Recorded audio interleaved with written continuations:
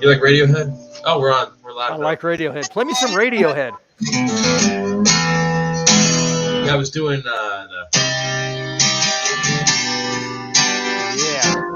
Rain Down. Right?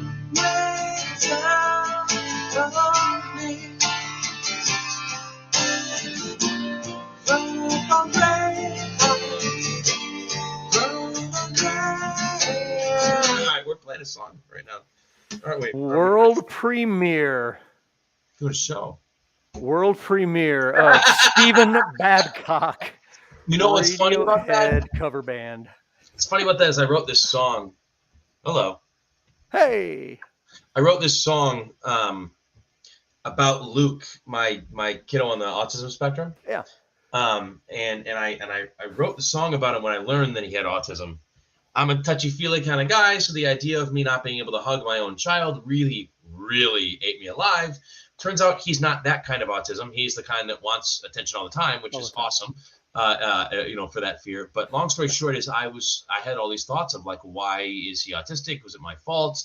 What did I do wrong? And I actually dropped him on his head at like 3 o'clock in the morning at like 3 weeks in, just delirious in the middle of the night. You know, he did one of these like arch-backed things. I don't know if you know that. Parents know that because they go from totally prone to like squealing kind of movement, you know, and it's overnight, literally in my case. And anyways, I wrote this song.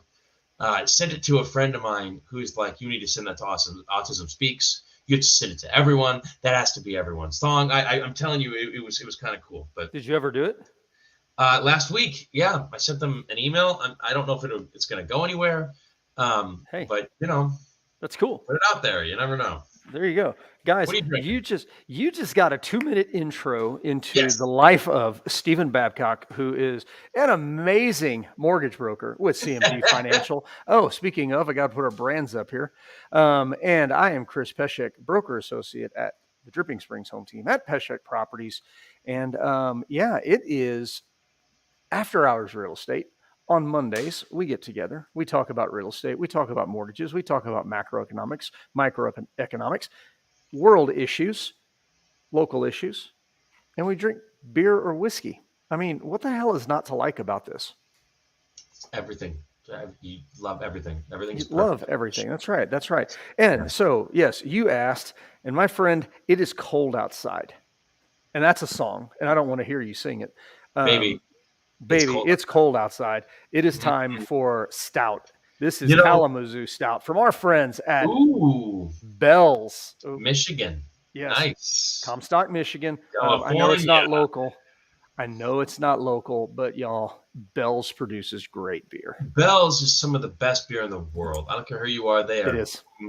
Their Oberon beer is specifically choice. Okay, so what are you drinking?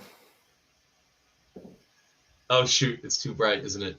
How do I do this? What is that? You got to put your hand over the light. You'll shoot your eye out from Carbach in Houston, Texas. Is that nice? You like the lamp? I've always loved Fragile. that. Fragile. I have always loved that logo and that can. Look at the stallion. It's awesome. Yeah. That movie, man, this time of year, I saw this like holiday pack and I was like, you know what? My son pointed it out and I looked at him and I said, no, we don't want to do the holiday because half the beer I won't like. And then I looked at it and I was like, I like every beer in that holiday pack for Shiner. Yes. Or not Shiner, Carbach. The Carbach. Yeah. All right. Cheers, my friend. Yeah. Cheers, brother. Boom. So what's new? Not much, huh? I think the Fed met last week.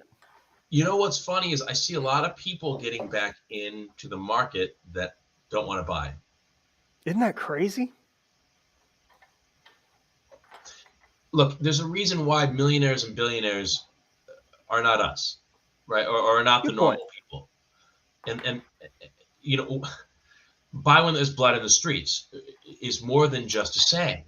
That means everyone else, peons, peasants, right? Like everyone else, literally 99% is out there getting emotional. Well, 1% is spending their money taking advantage of the 99% getting emotional. 100%. So right now, we've discussed this for weeks now. Right now, we have this perfect storm where the prices are whatever you want.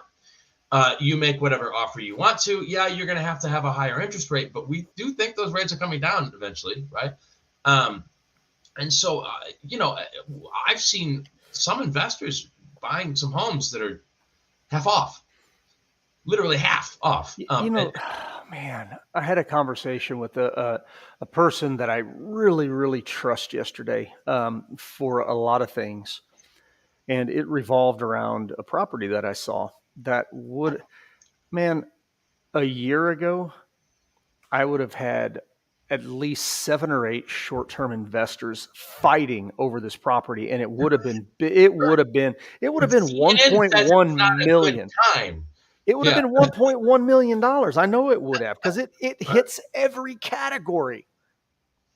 It's listed at $850. And I reached out and I was like, hey, do we have any investors that are still looking for stuff like this? She goes, nope, all the investors are out. You've got to be kidding me. Like, you're getting a $300,000 discount on this thing. And they're out. And I mean, I can't blame them. It's their money, sit on the sideline and wait for what you want to wait for. But she mentioned specifically, she's like, they're going to be, just about everybody is not going to buy anything in 2023 and is looking at 2024. Bullshit. Okay. I had a call today from a guy. He's under contract with a new build and has been under contract for at least a year. Okay. I can't remember exactly how long, but let's just say a year, and that's going to be pretty accurate. He still has to wait. They said December, but now that we're in December, they're saying, March, right? So we'll see. Yeah. And he's like, they are getting close to the end. He called me today. He's like, but I found a home that's a little bit more square footage. It's only 2 years old, something like that. It wasn't old, but it was used, right? Previously enjoyed. And he's like, but it's like $80,000 less. I think I'm just going to cancel the whole contract and go with that one. And I took the opportunity to remind him of what I said earlier, buy when there's blood in the streets. I said, well, listen, that's, I think, the gut visceral reaction that most people would have. I think that's a normal reaction. However, you have an entity like a builder, or you've got just some dude selling their house, right? And some dude has a bank account and he's got stuff he needs at the end of the day. But that builder, they have a different kind of bank account than that some dude. And if you are thinking of walking away from an existing contract with that builder, which you've already put money into, in his mind, it's the American barter system, which is I signed on the line, so that's the price. I got to leave. Let's just go, right? And that makes sense 99% of the time in America, right? Unless you're not from America and you're from a country that barters, and you get over here and you're like, what are you people doing, right? And you and I run into this all the time, right? Where you're like, oh, no, sorry, let's discuss the situation here, right? But long story short is I told them, tell the builder what you just told me. Absolutely. Don't tell the builder that you found another home with way more square footage. Exaggerate this. I don't care. Just load it up. You tell them the truth or not. Just whatever. Just tell them, right? And tell me why that's a good idea, Chris. I've been talking too much. Tell me why that's a good idea. No, it's 100% the correct thing to do. I mean, you put yourself in the builder's place. Hey, builder, by the way, you're a month from finishing my house. I'm willing to walk away from 10 grand or 15 grand or 5 grand or however much money you've got. Yeah. Just because I found this other house that's $80,000 cheaper and it makes more sense for me to do that. What's the builder going to do? Now they got a finished inventory home that they're having real trouble getting people in the door on. What are they going to do? Everything what is it going to take you to keep you under contract? Do you remember in the movie Airplane where like every 20 100%. minutes the dude in charge we're counting on you. I picked a hell of a time to stop drinking. Oh. Right? A hell of a time to stop smoking. Stop smoking. I picked a hell of a time to stop snorting coke, and he's doing all this stuff, right? And I swear to God, you go into a builder's like office and they're doing that right now. I'm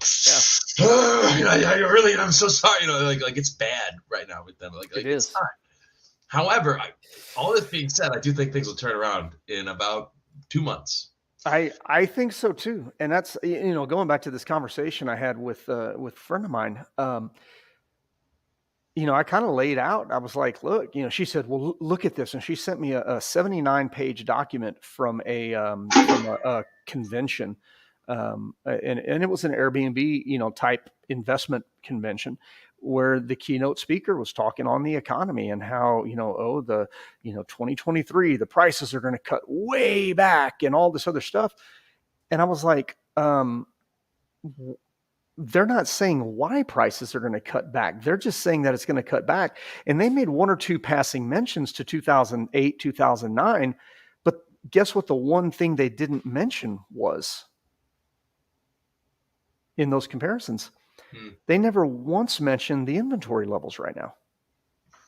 And you and I've talked about it time and time again about the thing that there's such a severe disconnect. There we go.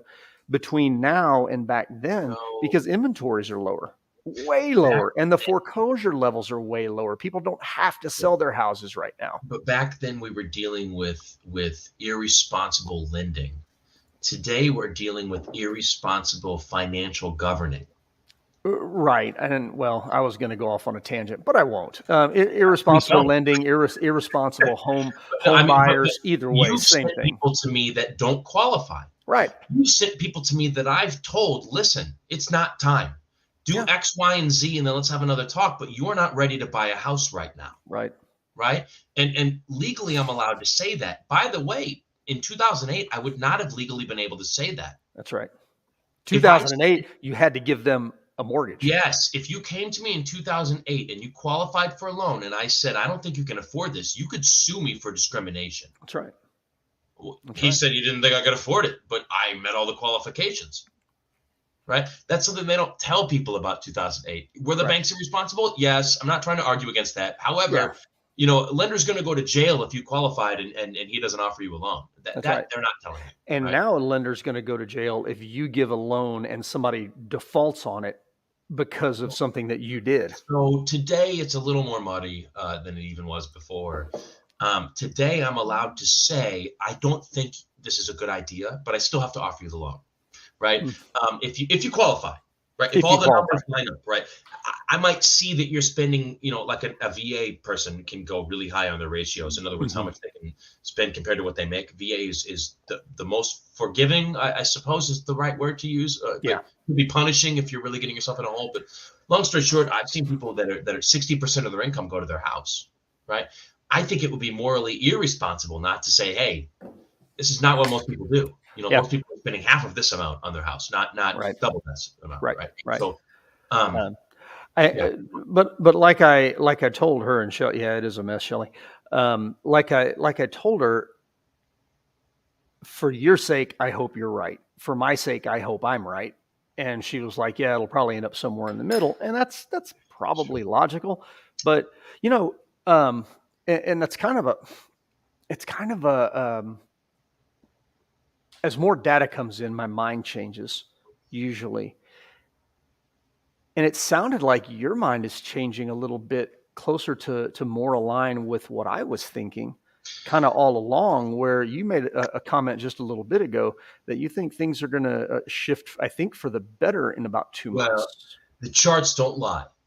So what's funny is the more I learn about charts, the more I then realize there's a journalist that says, oh, the Fed met today, so that's why the market moved. But the reality is it's all priced in and you can predict most of it, which is why Bank of America can come out, not to pick on them, but they can come out and say, we feel like the next quarter is going to be fill in the blank.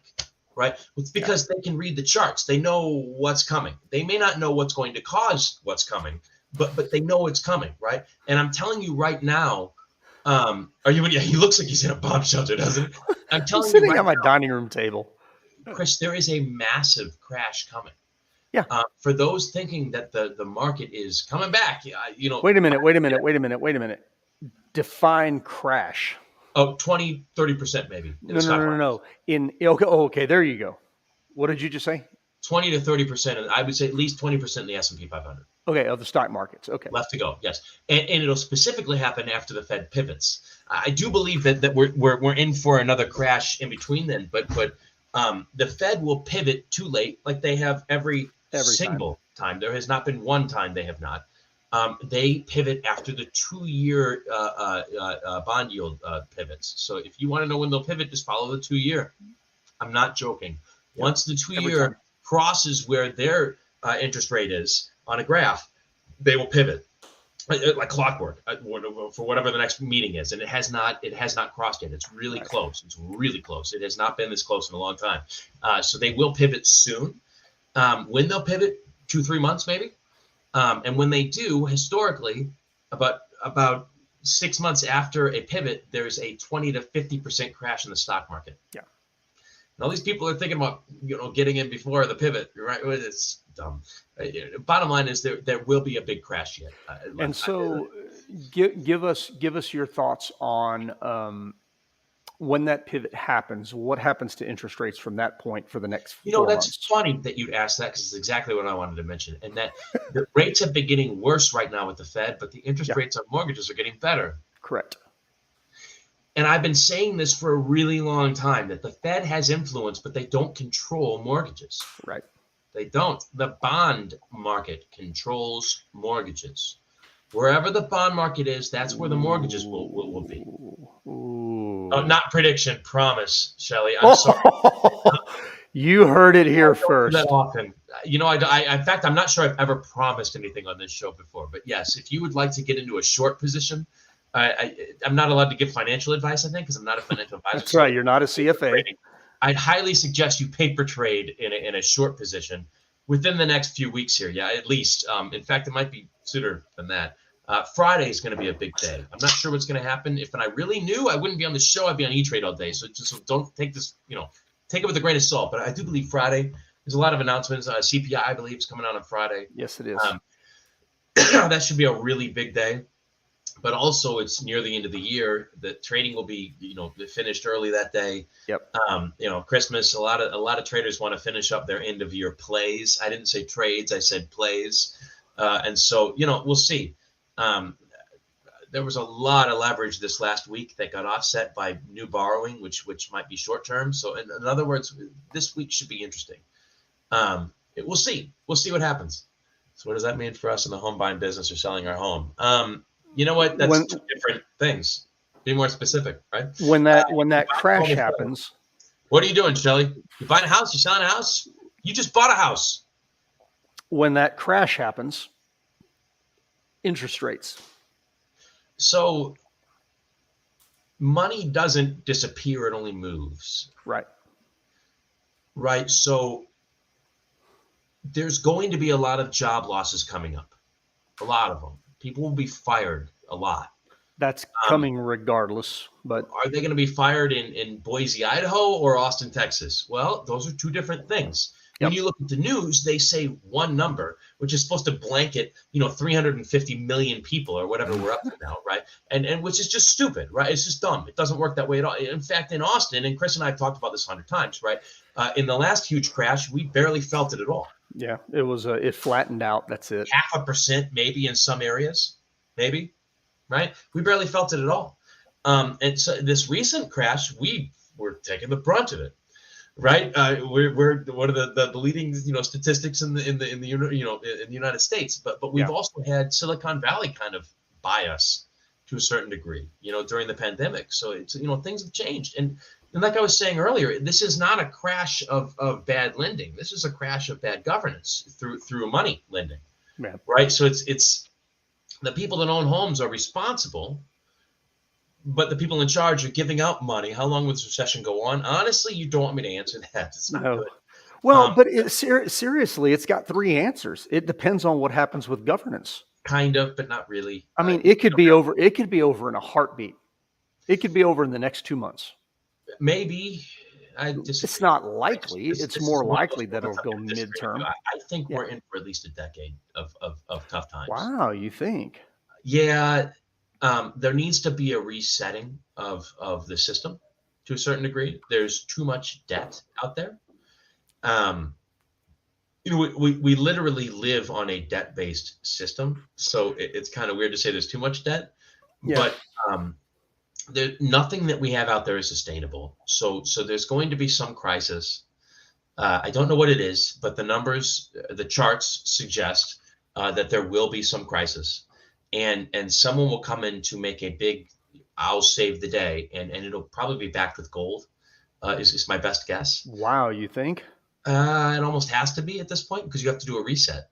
If you look at the Roman Empire, if you look at Yeah, almost that's true. any empire, what they do is they start off with a strong gold-based system, which they then dilute over the years, which then starts to lose its value. They then have civil unrest with the lost value in the currency, and all of a sudden, some other country says, "Well, we're pretty stable," and the world says, "We're going to shift all our money over there," and that's every single time what happens. Yep. It happened with the Dutch. It happened with the English. It's going to happen with us. It doesn't matter what you think. It's just a matter of a timeline. No one can hold the power forever. It just can't happen. Okay, so I'm gonna hold your feet to the fire on something. Yeah, I think we're going to see that in our lifetime. By the way, I hate to say it, but I really do. But yeah, keep going. Go ahead. Well,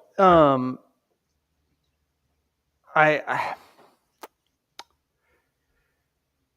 if there's a shift in currency that's needed to reset, there's not another currency in the world that's as stable as ours. I mean, hell, the Russian government now is still trading for euros and dollars on the black market. I mean, China gave them a huge influx of cash and they couldn't get rid of it. It became worthless to them. So they're still trading in dollars and the euro. I mean, we're still and the euro's devaluing. So we're still the most stable currency in the world and will be for probably the foreseeable future because of the industrialization that's coming. So how is there a reset that's happening? And I'm seriously curious because I'm ignorant on it. So do you remember when I said you never know what the catalyst will be, but the charts will predict what the future will look like? I'll answer this in a little bit, but yeah. I don't know why that is. I hope you do answer that. We know something's coming. Those in the economics realm, they can see the charts and they're predicting that something is coming. If you study short selling, any of that kind of stuff, etc., you read what, there's like, there's one that'll do this and then a big one and then another one, a big one. And you're like, well, that's a head and shoulders, right? And you learn to identify which one is, and then, so descending wedges and ascending wedges, and you learn certain things. And the charts will predict where we're going. Well, I don't know. The answer is I don't know. No one really, I think, knows. There's a lot of people scheming. And but at the end of the day, if I had to make my best prediction today, it would be the BRICS countries. There are countries within the last decade or so that have formed a new coalition called the BRICS countries. It's India, China, Russia, Iran, all of our enemies and a few others. They've all decided that they're going to tie their currencies together. They're going to buy mass quantities of gold to tie it into their currencies, to base them in that. And then if one country has a problem, the other four will prop up the other five. Well, the 5 has now turned to like 9. Last I checked, and it could be up to 12 here pretty soon if I remember. In fact, I haven't actually clocked in on this one in like 6 months, so I'm very much out of date on this one. But they're the biggest threat, and I do know that there was a giant purchaser of gold just last month. It was like 90% of the market that was purchased, and no one knew where it came from because it came from anonymous sources and went to different countries, but they knew it wasn't the countries because they didn't place the orders, but they knew it was. Anyways, and they all finally ended up coming to China, and they're a BRICS nation. And so if they do, they could. You tie your currency to gold, and you're immediately stronger than ours. Fair, and that's a fair point. But the thing, and not to get bogged down on the point, the thing that I don't quite understand is, I mean, the two largest of the countries that you just mentioned, with the exception, well, did you say India or Iran? India and Iran. Okay. So India is a major one, but Russia and China are major shit shows right now. And neither one of them is more than likely going to last for more than 15 more years. Keep in mind, the Saudi Arabia is part of it too. It's the BRICS nations really started with the oil nations. Right, right. We're really trying to tie that in. And so it also makes me wonder if I'm really going to go there. And this, I feel like you and I need to have way more beers than 1 or 2 for this. But I feel like if you're in a world competitive stage against other countries, Right. And don't pretend this doesn't exist. Right. And I know, and I'm talking to Oh, you. 100% it does. Right? Yeah. There are schemers in our government that all they do is scheme against the other schemers and the other governments, and we need them just as much as the other governments do. Right? If you have everybody else that's going to now topple you based on their oil supremacy and gold currency standard, what's the best way to fight that? Get everybody off of the dependency on oil. Yep. Right, and come up with a new currency standard. Interesting. We're trying to push all these EVs, right? We're trying to push all the green energy, and we're also beta or alpha testing our CBDC, our central currency, central digital currency. Yeah. So. And the other thing too is when you mention that, you got to be reminded that Russia is like the top 3 producer of I think it's the 4 or 5 most important chemicals or minerals for production of EVs. Here's what I worry about is if that gamble is wrong. What do you mean? No, our CBDC, our central bank digital currency, is not better than gold. Yeah. And no, fossil fuels aren't as effective as oil. And the other countries didn't play ball, so we're just no longer number one. And no one's trading in the dollar anymore, which immediately means 80% of our dollars come rushing back in because now we're trading in the world in some other currency. So whatever you're buying now is 8 times more expensive. That's not true. More than 8 times more expensive. Yeah. Which would not make it 8 times more expensive. It would cause it to do this, and the world would panic and keep going, even though it really should do this or maybe this. But they keep panicking, and then the currency would collapse. So I don't know. We're not talking about little things here, right? No. Well, and the other thing that you got to keep in mind when you're talking about that is that the U.S. is I mean, with all the stuff that's going on in Eastern Europe and Russia and the Middle East and China, the U.S. is basically contracting right now.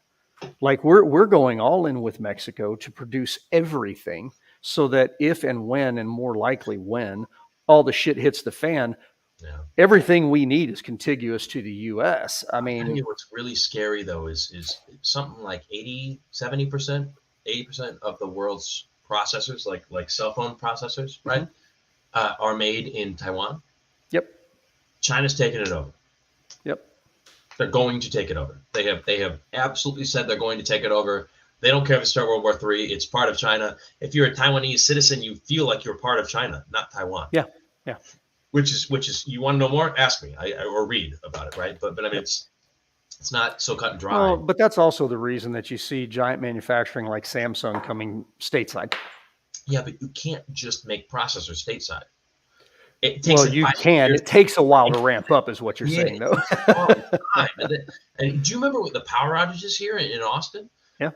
We had friends that worked at Samsung, and they were like, "Dude, we're leaving. There's no way we're putting up with this BS. You cannot keep hospitals going and not us." And I'm like, "Are you kidding me? How does that even justify?" And they're like, "You don't understand. It takes us years to come up with this kind of plant, and if it's out of temperature for just a few hours, it's done. You might as well start a whole brand new plant again." Literally, I mean, the way it was described to me was it's worse than having someone die in a hospital. The way they came out was like, oh my God, right? And then when you think about like the world and all these things that run on computers, it's like all of a sudden, okay, I guess I kind of understand how that could be somewhat of a comparison, even though it's morbid and whatever. But like you have to really stretch to get there. But I mean, it's rough, man. It's rough times. In fact, I just read something the other day that our government stated that if China invades Taiwan, there won't be any more CPU, computer plants, processor plants, chip plants. They're shutting it all down. When they get there, they'll just blow them up before they can move in. Yep. That's right. I can't imagine that being better. Interesting times. I'm going to hit on this before we leave, because Shelly asked, is this why Airbnbs in certain areas started to drop in price fees traveling? Oh, yeah, what is going on with that? It's all supply and demand. Last 3 years have seen, I want to say, it's over 50% of all current Airbnbs came online in the last 2 years. So long story short, it's supply and demand. What's that? Wow, somebody got a stimulus check. Did you say 50% of all Airbnbs came online in the last 2 years? Yeah, over 50%. That's what you just said. They have more than doubled in the last 15 years, or in the last 2 years. So everything we know about them statistically has changed, basically. Correct. Yes. Which is, well, but the long and short of it is still the top 10% are still going to function at a very high level, and all the rest of them are the ones that are being run by people who don't know what they're doing, and those are the ones that are going to suffer. So, sorry, not sorry. What did she say? Penny pinching mama. Time to pull out your book. Put them to work. Yeah, that's right. Child labor. Time to pull out your book on creating revenue. Sorry, Chris. You're good. All right. Time to pull out your money on creating additional revenue streams. That's what time you're. That's what money, or that's what book you. You need to be a bird dog for Chris. Bird dog. Find the properties. She kind of is just at a. Yeah, we could do that at a bigger level. Do that at a bigger level. Thank you. How's that, Chris? What's up, buddy? Say Mr. Chris.